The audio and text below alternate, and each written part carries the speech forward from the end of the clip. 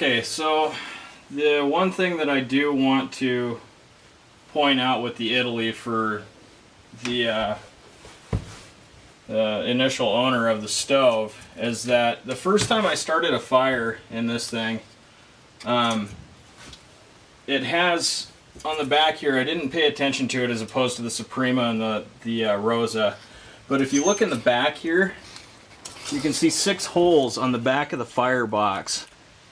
And I had everything open, all my draft controls fully open for starting a fire in the beginning.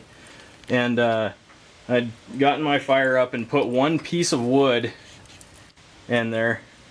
And if you got a good look at that. Yep. Okay.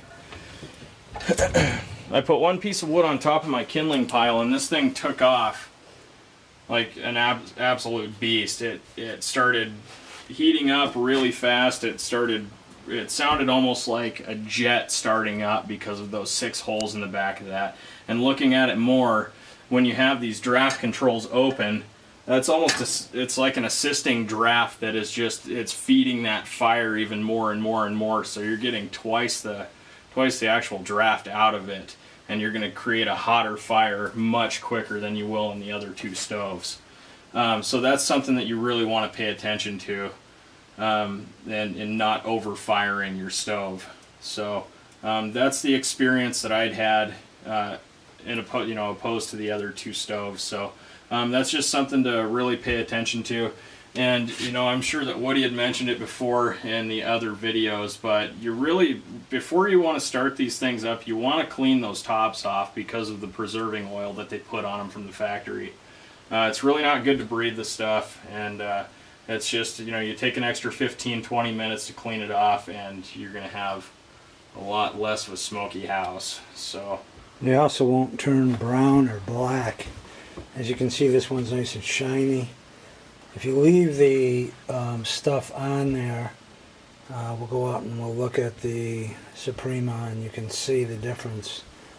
But what it is a wax. I think it's used on guns to preserve them from rusting. So the only way you can get it off is mineral spirits and use a Scotch-Brite pad. And you kind of just take it, mineral spirits, soak a rag, lay the rag on top of the stove. I actually took my my lids off and cleaned the edges and cleaned it all off really good on the other stove. So I had very little smoking. So we'll go out here and we'll look at the Suprema, and I'll show you the difference. You can kind of see how it turned brown. And that's what happens if you don't take the stuff off. So it literally doesn't look very good.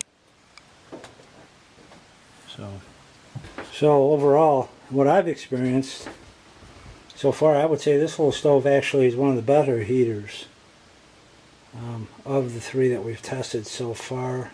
The other 2 are more radiant. This is more convection. A little bit more flimsier in just the general panels on the side, but I don't think you're going to be really touching these too much. They are, in my opinion,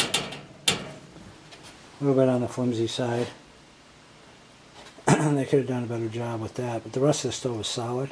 And I like the oven on this one better. It's not as big as the Suprema, but it's big enough for this cabin.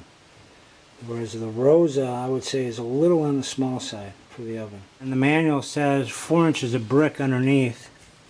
This stove has been running now for, quite some time. Here's your temperature readings of what's underneath this stove. So I'll leave it up to you.